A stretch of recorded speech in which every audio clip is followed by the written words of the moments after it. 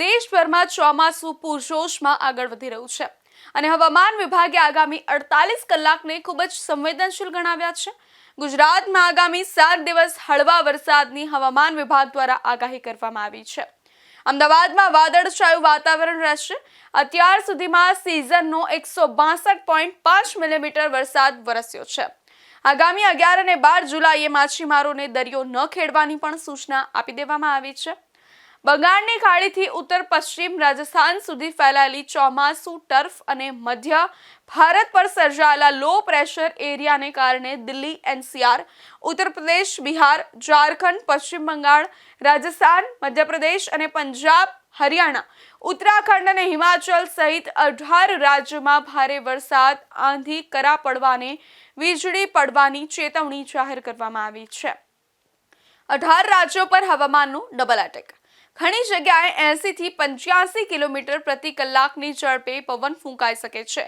પહાડી રાજ્યોમાં ભૂસ્ખલન અને મેદાની વિસ્તારોમાં પાણી ભરાઈ જવાનો ખતરો વધી રહ્યો છે અને હવામાન વિભાગે લોકોને સતર્ક રહેવા અને મુસાફરી કરતા પહેલા હવામાનના અપડેટ્સ તપાસવાની સલાહ આપી છે।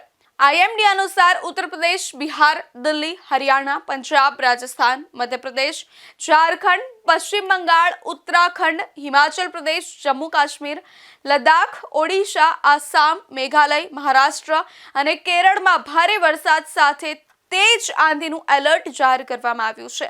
ઘણી જગ્યાએ વીજળી પડવાની અને કરા પડવાની પણ સંભાવના છે। દિલ્હી એનસીઆરમાં ભારે વરસાદ અને 70 કિલોમીટરની પ્રતિ ઝડપે પવન ફૂંકાશે।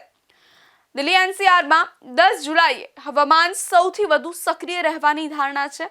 આઈએમડી એ રાજધાનીમાં ભારે વરસાદ, ગાજવીજ સાથે 70 કિલોમીટર પ્રતિ કલાકની ઝડપે અને પવન ફૂંકાવાની ચેતવણી આપી છે। લોકોને બિનજરૂરી મુસાફરી ટાળવા અને ખુલ્લામાં ન રહેવાની સલાહ આપવામાં આવી છે। ગુરુગ્રામ, નોઈડા, ગાઝિયાબાદ અને ફરીદાબાદમાં પણ ભારે વરસાદની અસર જોવા મળી શકે છે। અંબાલાલની આગાહી પ્રમાણે રાજ્યમાં 27 થી 30 જુલાઈ દરમિયાન વરસાદનો વધુ એક રાઉન્ડ સક્રિય થવાની સંભાવના છે। રાજ્યના ઘણા વિસ્તારોમાં સારો વરસાદ પડી શકે છે। આ ઉપરાંત ઓગસ્ટના પ્રથમ સપ્તાહમાં પણ સારો વરસાદ પડશે, જેના કારણે નદી તળાવોમાં નવા નીર આવશે। તાપીના જળસ્તરમાં પણ વધારો થશે। વરસાદ અને આંધીનું જોર। અંબાલાલ પટેલની આગાહી મુજબ 15 જુલાઈ સુધી રાજ્યના વિવિધ વિસ્તારોમાં હળવા વરસાદની સંભાવના છે, જ્યારે મધ્ય ગુજરાતના જિલ્લાઓમાં વરસાદી ઝાપટા પડી શકે છે। રાજ્યના કેટલાક વિસ્તારમાં 17 જુલાઈ સુધી માહોલ યથાવત રહેવાની શક્યતા છે। ઉત્તર પ્રદેશમાં ચોમાસું સંપૂર્ણપણે સક્રિય છે। મેરઠ, ગૌતમ બુદ્ધનગર, અલીગઢ, મથુરા, આગ્રા, કાનપુર, લખનઉ સહિત અનેક જિલ્લાઓમાં ભારે વરસાદ અને 80 કિલોમીટર પ્રતિ કલાકની ઝડપે પવન ફૂંકાવાની ચેતવણી આપવામાં આવી છે। સતત વરસાદને કારણે નીચાણવાળા વિસ્તારોમાં પાણી ભરાવા અને પાકને નુકસાન થવાની આશંકા છે, ત્યારે બિહારમાં ભારે વરસાદ અને વીજળી પડવાનો ખતરો છે।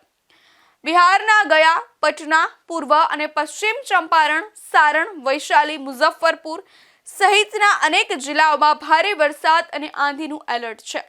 હવામાન વિભાગે ખાસ કરીને વીજળી પડવા અંગે સતર્ક રહેવા જણાવ્યું છે। ગંગા અને તેની સહાયક નદીઓના જળસ્તર પર પણ તંત્રની નજર રાખી રહ્યું છે। વાત કરીએ મહારાષ્ટ્રની, તો મહારાષ્ટ્રમાં સતત વરસાદથી જનજીવન પ્રભાવિત થયું છે। મહારાષ્ટ્રમાં મુંબઈ, પુણે, રત્નાગિરી અને કોકણ વિસ્તારમાં ચોમાસાની સૌથી વધુ અસર જોવા મળી રહી છે। મુંબઈમાં હળવાથી મધ્યમ વરસાદ સાથે ક્યાંક ક્યાંક ભારે વરસાદની આગાહી છે। 40 થી 50 કિલોમીટરની ઝડપે પવન ફૂંકાઈ શકે છે। સતત વરસાદને કારણે નદીઓના જળસ્તરમાં વધારો થયો છે અને ટ્રાફિક પણ પ્રભાવિત થયો છે। વહીવટીતંત્રએ લોકોને નદી નાળા કિનારે ન જવાની અપીલ કરી છે। હવામાન વિભાગની સલાહ મુજબ આ સમયગાળા દરમિયાન સાવચેતી રાખવી અને સ્થાનિક હવામાન અપડેટ્સ પર નજર રાખવી અત્યંત જરૂરી છે।